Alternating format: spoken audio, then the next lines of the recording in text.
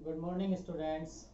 आज हम पढ़ने जा रहे हैं नेक्स्ट टेंस हमारा प्रेजेंट कंटिन्यूअस टेंस। ओके, तो first of all we should know where we use present continuous tense. See on the board an action that is in progressive mood comes in present continuous tense.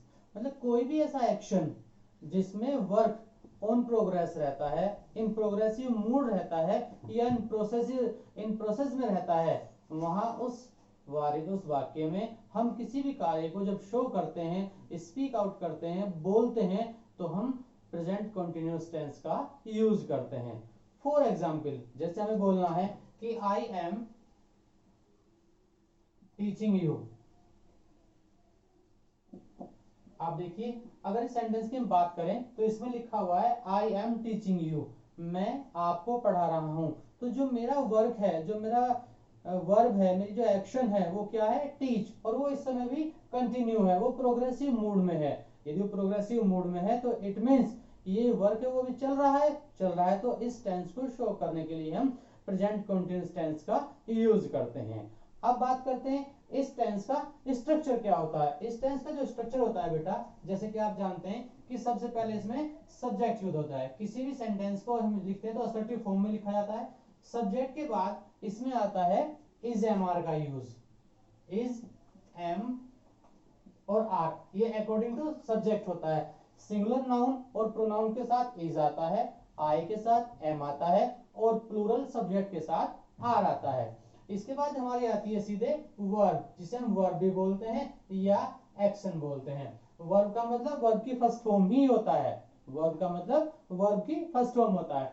और इस verb में हम क्या add करते हैं? ING. और I N G के बाद जिस चीज के लिए हमारा एक्शन हो रहा है, जिसके लिए हमारी वर्ब हो रही है, वो हमारा ऑब्जेक्ट होता है। तो जो सेंटेंस का स्ट्रक्चर है वो आपको मालूम पड़ गया होगा। आप इसे ब्रैकेट में बंद कर लेंगे। Is it clear? For example, she is cooking in kitchen. वो किचन में कुकिंग कर रही है। इट मींस जो उसका वर्क है वो अभी भी कंटिन्यू है। सी हमारा यहाँ पर सिंगुलर प्रोनाउन था, उसके साथ हमने क्या यूज किया? इज। वर्ब थी हमारी कुक, और कुक में हमने क्या लगाया? आईएनजी। क्लियर? तो इससे हमें पता चल रहा है जहां पर इज एम आर और वर्ब में आईएनजी का यूज होता है और वर्क प्रोग्रेसिव मूड में होता है, वहां हम प्रेजेंट कंटिन्यूअस की ही बात करते हैं, वहां पर प्रेजेंट कंटिन्यूअस ही होता है। लेकिन ये एक्शन ऐसे एक्शन होते हैं जो हमारे सामने हो रहे होते हैं। और जब एक्शन हमारे सामने हो रहे होते हैं तो हम क्या करते हैं? हम उसे देख के बोल देते हैं कि हाँ ये वर्क चल रहा है। लेकिन कुछ एक्शन ऐसे भी तो होते हैं जो हमारे सामने नहीं होते और वो प्रोग्रेसिव मूड में होते हैं। उन्हें शो करने के लिए भी हम प्रेजेंट कंटिन्यूअस का ही यूज करते हैं। जैसे अभी बात करो, अभी लॉकडाउन चल रहा है। लॉकडाउन में आप देख रहे हो पेट्रोल के रेट बढ़ गए हैं। यदि हम कहें कि पेट्रोल के रेट इंक्रीज हो रहे हैं तो the price of petrol is increasing. हमें तो दिखते ना बढ़ कैसे रहा, धीरे धीरे प्रोग्रेस तो नहीं कर रहा है, लेकिन रेट तो बढ़ रहा है। Work is continue. The population of India is increasing day by day. जो बाकी जनसंख्या पर डे बढ़ रही है। तो ऐसे सेंटेंस, ऐसे वाक्य जिनमें वर्क हमारे सामने नहीं हो रहा हो लेकिन वो प्रोग्रेसिव मूड में हो, उन्हें भी शो करने के लिए हम किसका सहारा लेते हैं? किसका यूज करते हैं? प्रेजेंट कंटिन्यूअस का।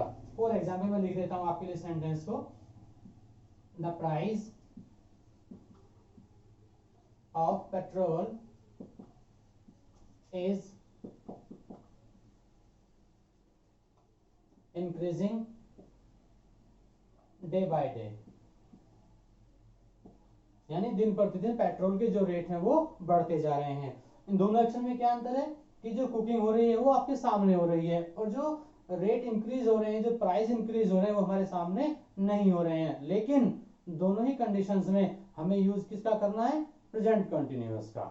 It is clear? कोई दिक्कत? नो। नेक्स्ट चलते हैं। कुछ सेंटेंस हमारे ऐसे भी होते हैं, देखिए अगर हम बात करें बेटा, जो हमारे फ्यूचर की प्रोग्रामिंग होती है और वो फिक्स होती है। ध्यान दें, यदि फ्यूचर की प्रोग्रामिंग होती है और वो फिक्स होती है, उन्हें शो करने के लिए भी हम प्रेजेंट कंटिन्यूअस में ही टेंस को बनाते हैं। फॉर एग्जाम्पल, जैसे अगर हम बात करें, एग्जाम्पल की बात करें, for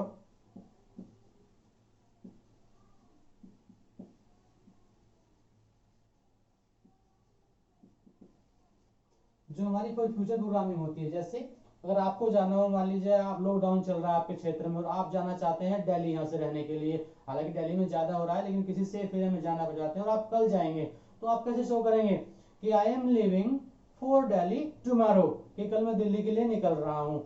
निकलेंगे कब? आप कल निकलेंगे ना, निकलेंगे तो कल, लेकिन शो किस में कर रहे हैं? प्रेजेंट कंटिन्यूअस में, कि I am living for Delhi tomorrow. Like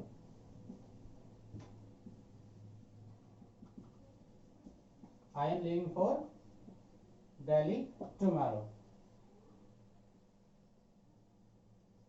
Is it clear? Is it? तो ये सिंपल प्रेजेंट कंटिन्यूअस की आप आपने बात करी प्रेजेंट कंटिन्यूअस टेंस की।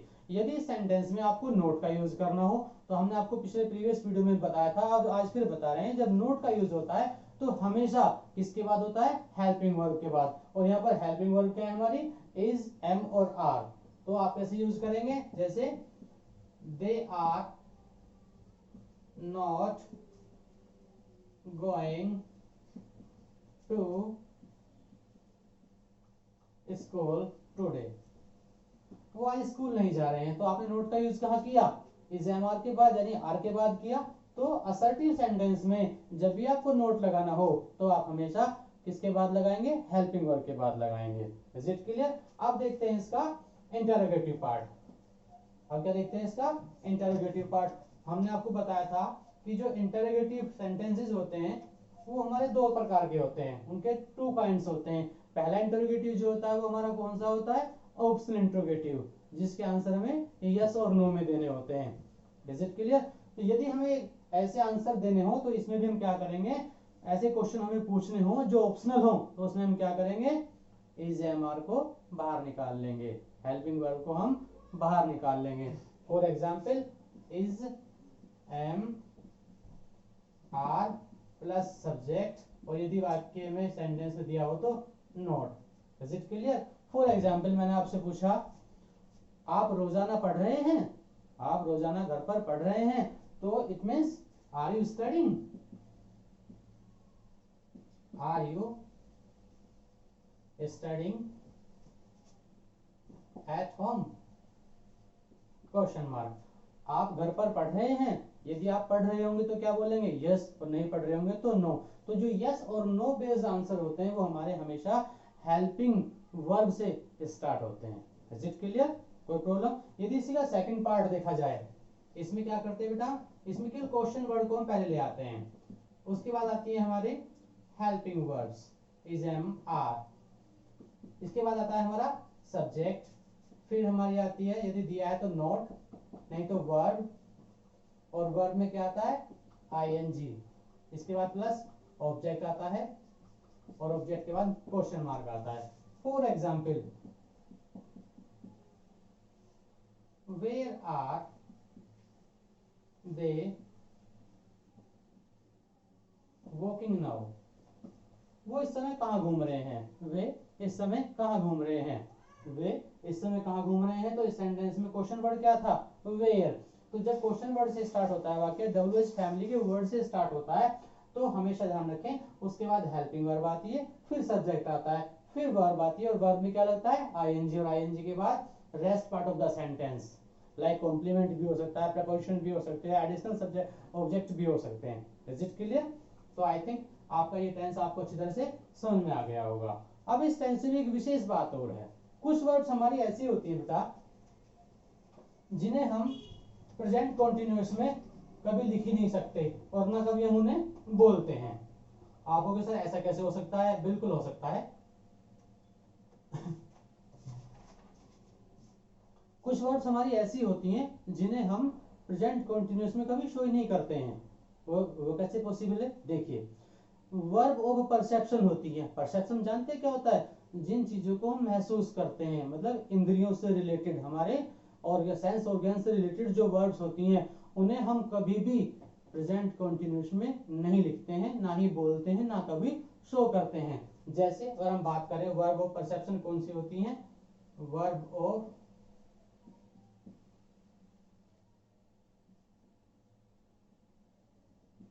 perceptions like see, hear, smell, feel, notice और टेस्ट। आप इन वर्ड्स को देखिए, see, hear, smell, feel, notice, taste. जब हम इन वर्ब का यूज करते हैं तो कभी आपने देखा होगा कि इन वर्ब को करते समय हमें वर्क की कंटिन्यूटी दिखाई दे रही हो, कभी दिखाई नहीं देती। जैसे फॉर एग्जांपल आप अगर हम बात करें कि I am seeing a TV, मैं टीवी देख रहा हूं, रॉन्ग, आई सी ए टीवी। Clear clear.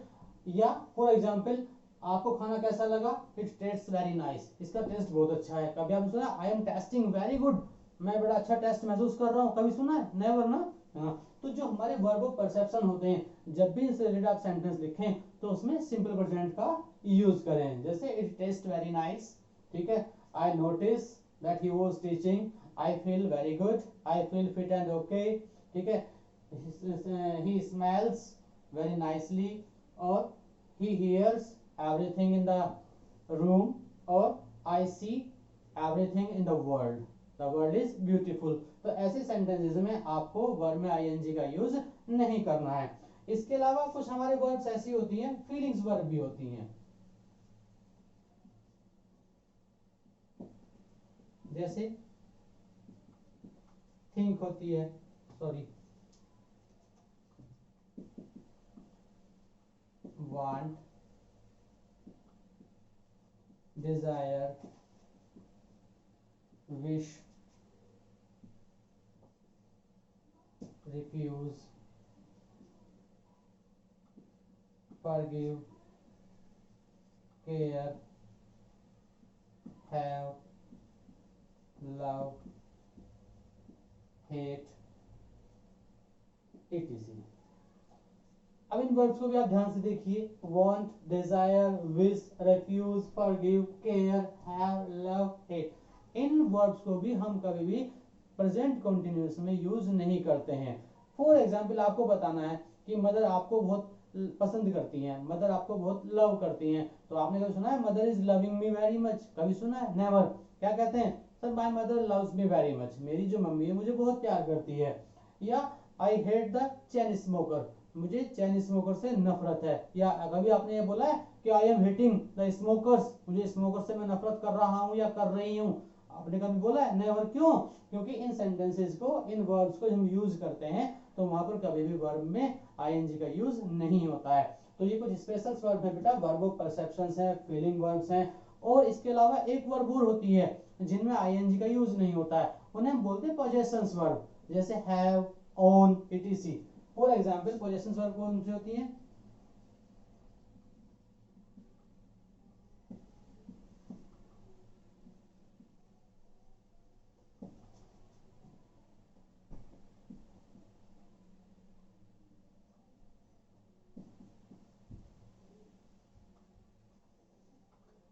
ये जो वर्ब है ऑन, बिलोंग और पजेस, इनके साथ भी कभी वर्ब में आईएनजी बेटा नहीं आता है। जैसे अगर आपको कहें आपके पास एक गाड़ी है तो आप कैसे बोलेंगे कि I have a car, I own a car, या कभी बोलेंगे I am owning a car? Never ना।